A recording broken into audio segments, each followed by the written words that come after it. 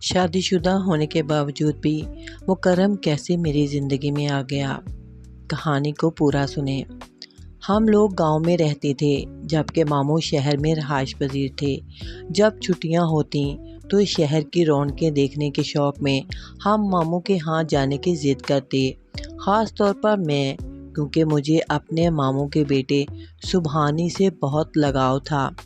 ہم سب ساتھ کھیل کر بڑے ہوئے تھے۔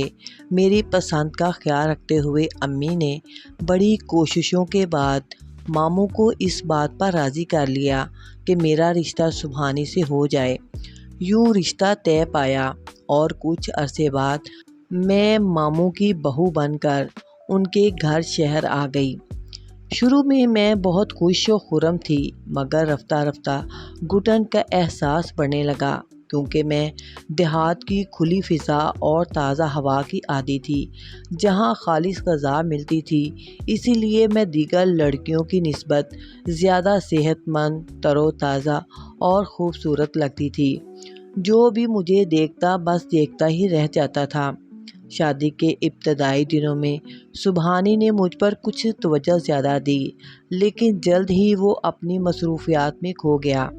وہ نہ مجھے وقت دیتا نہ اہمیت۔ مجھے وہ ایک اجڑ دیہاتی لڑکی سمجھتا تھا۔ وہ بہت امیر مگر لاپرواہ انسان تھا۔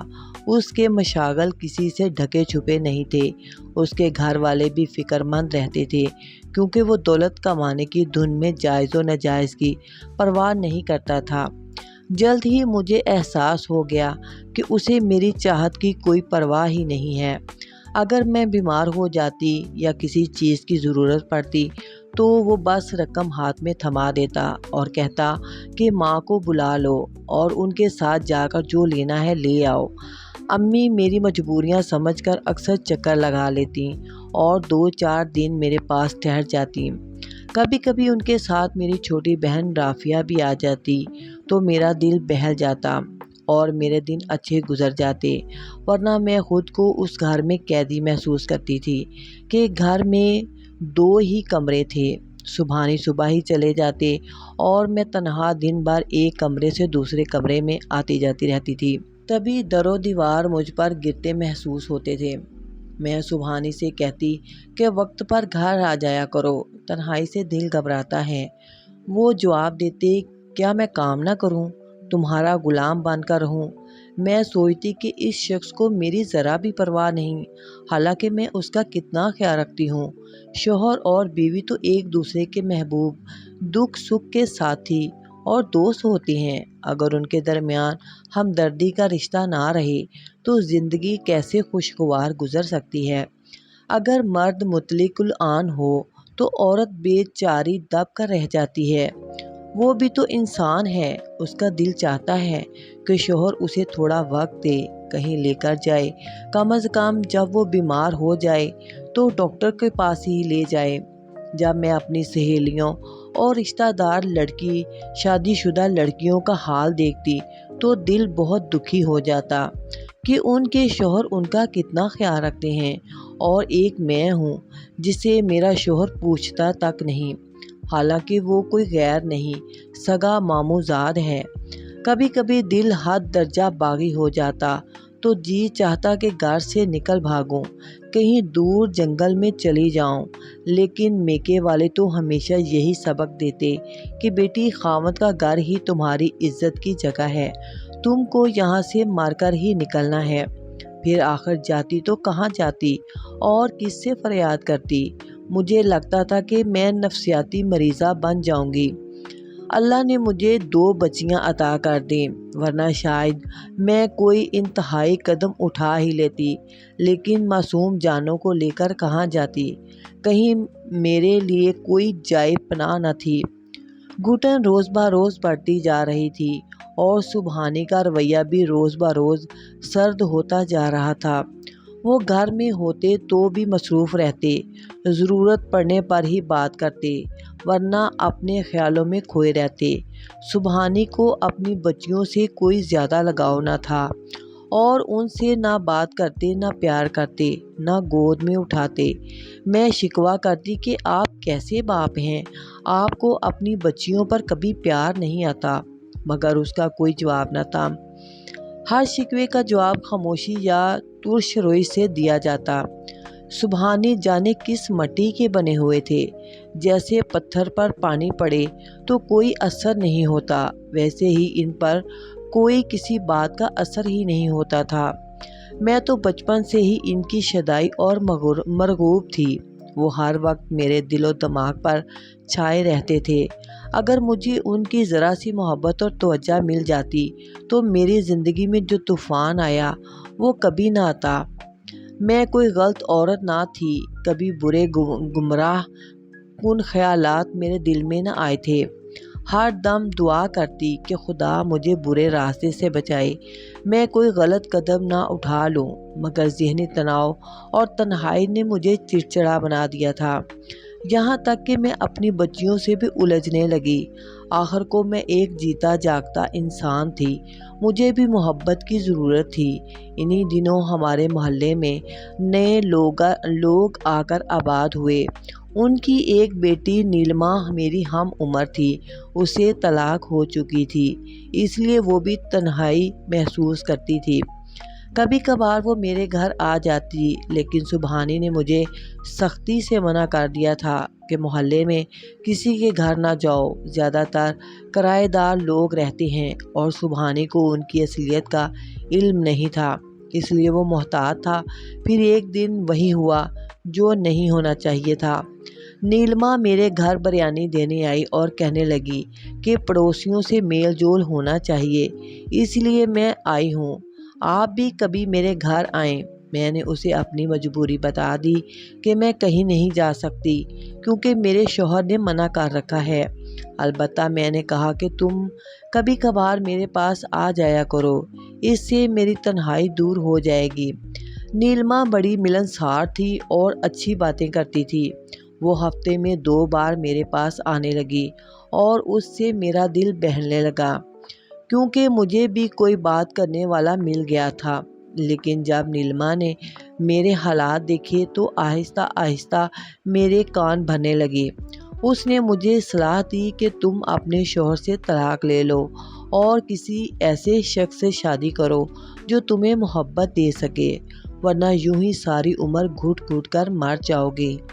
تمہارا شوہر ایک بے حس انسان ہے، اسے کوئی فرق نہیں پڑے گا کہ تم زندہ رہو یا مر جاؤ۔ بلا شبہ یہ نیلما ہی تھی جس کی باتوں سے میرے اندر غلط قدم اٹھانے کی امنگ اور باطل خیالات پیدا ہوئے۔ ان دنوں مجھے بیٹھے بٹھائے چکر آتے، آنکھوں تلے اندھیرا چھا جاتا اور میں نیم جان سی ہو کر گر جاتی۔ سبحانی کو بتایا تو انہوں نے حسب معمول رقم دے دی اور کہا کہ اپنی امی جان کے ساتھ ڈاکٹر کے پاس چلی جاؤ۔ میرے پاس تو وقت نہیں ہے۔ میں والدہ کو ساتھ لے کر ڈاکٹر کے پاس گئی۔ ڈاکٹر نے بتایا کہ کوئی مسئلہ ہے۔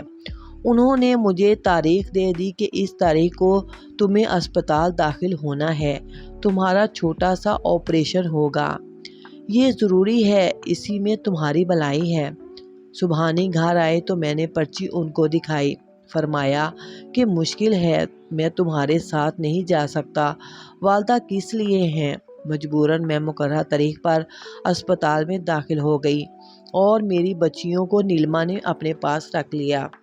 وارڈ میں فیمیل نرسوں کے ساتھ میل نرس بھی تھے۔ اس دوران ایک نوجوان بار بار میرے پاس آتا، اس کا نام مکرم تھا۔ وہ بہت خوش اخلاق، ہمدرد اور اچھی شکل والا تھا، اور وہ امی کو امی جان کہہ کر پکارتا اور کہتا کہ کسی قسم کی تکلیف یا کسی چیز کی ضرورت ہو تو مجھے ضرور بتائیں، میری ڈیوٹی آپ کے ہی وارڈ میں ہے۔ یوں وہ دن میں کئی چکر لگاتا، اس کی کوشش ہوتی کہ جو اس کے دل میں چھپا ہوا ہے کہہ دے، لیکن جھجکتا بھی تھا۔ مجھے اندازہ ہو گیا کہ وہ مجھ سے کیا کہنا چاہتا ہے۔ اس نے مجھ سے پوچھا کہ آپ کے ساتھ صرف والدہ ہیں اور کوئی نہیں آیا؟ میں نے بتایا کہ میرے خاوند کو فرصت نہیں، دراصل ان کو میری پرواہ نہیں اور نہ مجھ سے محبت، ان کی بلا سے میں جیوں یا مروں۔ دراصل میں دل جلی تھی، ہر کسی کے آگے دل کے پھپھولے پھوڑنے بیٹھ جاتی تھی، اپنا ہو یا غیر، کوئی ذرا سی ہمدردی کرتا تو میں تمام احوال اسے کہہ سناتی، یہ بھی نہ سوچتی کہ اس سے کوئی دوسرا غلط فائدہ بھی اٹھا سکتا ہے۔ آپریشن کے دن ڈاکٹر کے آنے سے پہلے مکرم نے مجھے انجیکشن لگانا تھا، مگر وہ خیالات میں کھویا ہوا تھا اور سرنج اس کے ہاتھ میں تھی۔ تب نرس نے اسے خیالات سے جگایا اور کہا، انجیکشن لگا دو، سوچنے کے لیے بہت اور ٹائم پڑا ہے۔ وہ دائیں ہاتھ سے انجیکشن لگا رہا تھا اور بایاں ہاتھ میرے سر پر بالوں میں تھا۔ اس نے کہا، گنتی گنو، اور پھر میں نے نیند میں چلی گئی۔ جانے کیسے میرے منہ سے یہ الفاظ نکلے کہ اگر میں مر گئی تو تم میری قبر پر فاتحہ پڑھنے ضرور آنا۔ آپریشن کامیاب ہو گیا۔ میں ہوش میں آئی تو اس نے امی کو کہا، امی جان دیکھیے، آپ کی بیٹی اس وقت مجھے ایسے کہہ رہی تھی۔ اس پر میں شرمندہ نہ ہوئی۔ جتنے دن میں اسپتال رہی اس نے ہر طرح سے میرا خیال رکھا، انجیکشن، دعائیں ہسپتال سے لے کر دیں، اور اگر باہر سے کچھ منگوانا ہوتا تو وہ بھی لا کر دیتا۔ الغرض جتنے دن میں اور امی اسپتال میں رہے اس نے خدمت میں کوئی کسر نہ اٹھا رکھی۔ اس کی خدمت اور حسن سلوک نے میرا تو دل ہی جیت لیا۔ ہم ہسپتال سے گھر آ گئے، اسے پتہ دے آئے تھے۔ ایک دن وہ پھر آیا تو امی نے اسے بٹھایا، خاطر تواضع کی۔ چھٹی کا دن تھا، سبحانی بھی گھر پر تھے۔ امی نے ان سے مکرم کا تعارف کروایا اور بتایا کہ اس نے ہسپتال میں ہمارا بہت خیال رکھا تھا۔ میرے خاوند نے اس وجہ سے اس کی مہمان نوازی کی۔ مکرم نے گاؤں جانا تھا مگر رات زیادہ ہونے کی وجہ سے وہ گاؤں نہیں جا سکا تو میرے شوہر نے اسے بیٹھک میں ٹھہرا دیا۔ یہ بتانا بھول گئی کہ سبحانی رات کو جب دیر سے گھر آتے تو نیند کی 2 گولیاں دودھ کے ساتھ کھا کر گہری نیند سو جاتے اور میں اپنے خیالوں میں رہتی۔ اس طرح صبح ہو جاتی۔ اس رات بھی سبحانی بھول گئے کہ مہمان کو گھر میں ٹھہرایا ہے۔ دودھ کا آرڈر دیا اور گولیاں ہاتھ میں تھام کر میرا انتظار کرتے رہے۔ مجھ سے کہا کہ کیا مہمان نے کھانا کھا لیا ہے؟ پھر گولیاں کھاتے ہی بستر پر لمبی تان کر سو گئے۔ مجھے بڑا دکھ ہوا، اتنے انتظار کے بعد بھی اتنی بے رخی کہ میرا دل زخمی ہو گیا اور میں نے سوچا کہ یہ بے حس شخص جہنم میں جائے۔ رات کو نیند نہ آ رہی تھی تو سوچا مہمان سے بات چیت کر لوں، لہٰذا دودھ کا گلاس بھرا اور مکرم جہاں سو رہا تھا اس کمرے میں گئی۔ وہ جاگ رہا تھا۔ میں نے اصرار کر کے اسے دودھ کا گلاس دیا، پھر اس سے باتیں کرنے بیٹھ گئی۔ جب میں نے گھڑی دیکھی تو رات کا 1 بجا تھا اور میرا شوہر غافل خراٹے لے رہا تھا۔ مکرم اور میں صبح 4 بجے تک ایک دوسرے کے پاس رہے۔ اتنے پاس پا کر وہ اپنے ہوش کھو بیٹھا اور میں بھی بدحواس ہو گئی اور وہ سب کچھ میرے ساتھ کر لیا جو زنا کے زمرے میں آتا ہے۔ لیکن میں نے اس رات اس کے ساتھ بہت انجوائے کیا کیونکہ میرے شوہر نے مجھے کبھی اتنا پیار نہیں دیا تھا۔ ساری رات ہم ایک دوسرے کے پاس رہے اور باتیں بھی کرتے رہے۔ اسی دوران صبح ہو گئی مگر ہماری باتیں ختم نہ ہوئیں۔ میں نے اسے ایک ہمدرد دوست سمجھ کر سبحانی کی ساری زیادتیاں رو رو کر بتائیں۔ اس نے کہا، ہاں آج میں نے اپنی آنکھوں سے دیکھ لیا ہے، تم واقعی سچ کہہ رہی ہو۔ کوئی اس قدر غافل اور بے حس نہیں ہوتا جیسا تمہارا خاوند ہے۔ یہ واقعی تم سے محبت نہیں کرتا۔ اس نے اپنی محبت کا میرے ساتھ اظہار کیا اور کہا کہ میں تمہیں بہت پیار کرتا ہوں اور تمہیں اپنے ساتھ بہت خوش رکھوں گا۔ پھر 5 بجے اس کی بس جانی تھی، اس لیے وہ 4 بجے ہی چلا گیا۔ پھر اس کے بعد اس نے گاؤں سے واپس آتے ہی مجھ سے رابطہ کیا۔ میں نے اسے نیلما کا فون نمبر دیا تھا، وہ نیلما کے ذریعے مجھ سے فون پر باتیں کرتا تھا۔ اس نے مجھے طلاق لینے پر اکسانا شروع کر دیا اور وعدہ کیا کہ اگر تم نے خاوند سے طلاق لے لی تو میں تم کو ضرور اپنا لوں گا اور تمہیں بہت خوش رکھوں گا۔ میں نے حالات سے باغی ہو کر اس کا ساتھ نبھانے کا وعدہ کر لیا اور امی سے کہا کہ میں سبحانی سے طلاق لے کر مکرم سے شادی کرنا چاہتی ہوں۔ امی اور گھر والوں نے تو مجھے بہت سمجھایا، عزت کے واسطے دیے، لیکن میں نہ مانی۔ ابو نے بچیوں کا واسطہ دیا، مگر میری ایک ہی رٹ تھی کہ بس مجھے اب طلاق چاہیے۔ میں اس آدمی کے ساتھ اب نہیں رہوں گی جو مجھے ایک پل کی خوشی نہیں دے سکتا۔ مجھے تو مکرم کے پیار میں ہی سب کچھ مل گیا تھا۔ اتفاق سے انہی دنوں سبحانی پر چرس فروخت کرنے کا کیس بن گیا۔ شاید ان کا تعلق ایسے گروپ سے تھا جو ناجائز کام کر کے دولت کماتے تھے۔ سبحانی کو پولیس نے گرفتار کر لیا اور وہ جیل چلے گئے۔ اب ایسے حالات ہو گئے کہ مجھے اور زیادہ اپنے شوہر کے خلاف سوچنے اور بولنے کا موقع مل گیا، اور میں نے ان کے ساتھ وابستہ نہ رہنے کی قسم کھا لی۔ اب تو لوگ بھی میرے ہم نوا ہو گئے کہ واقعی یہ بیچاری ایک مجرم کے ساتھ نہیں رہنا چاہتی تو اچھی بات ہے۔ وہ جیل میں تھے اور میں نے مکرم کے ساتھ آئندہ زندگی کے خوش آئند پروگرام بنا لیے تھے۔ یوں میں نے عدالت میں خلا کا کیس دائر کر دیا تھا اور ان سے خلا حاصل کر کے سبحانی کے جیل سے رہا ہونے سے قبل شادی بھی کر لی۔ مکرم نے مجھے بہت اچھی طرح رکھا، میرے سارے خدشات دور ہو گئے۔ مکرم کا پیار میں واقعی حقیقت تھی۔ وہ بہت چاہنے والا اچھا شوہر تھا۔ میری بچیوں کو بھی حقیقی باپ کا پیار دیا۔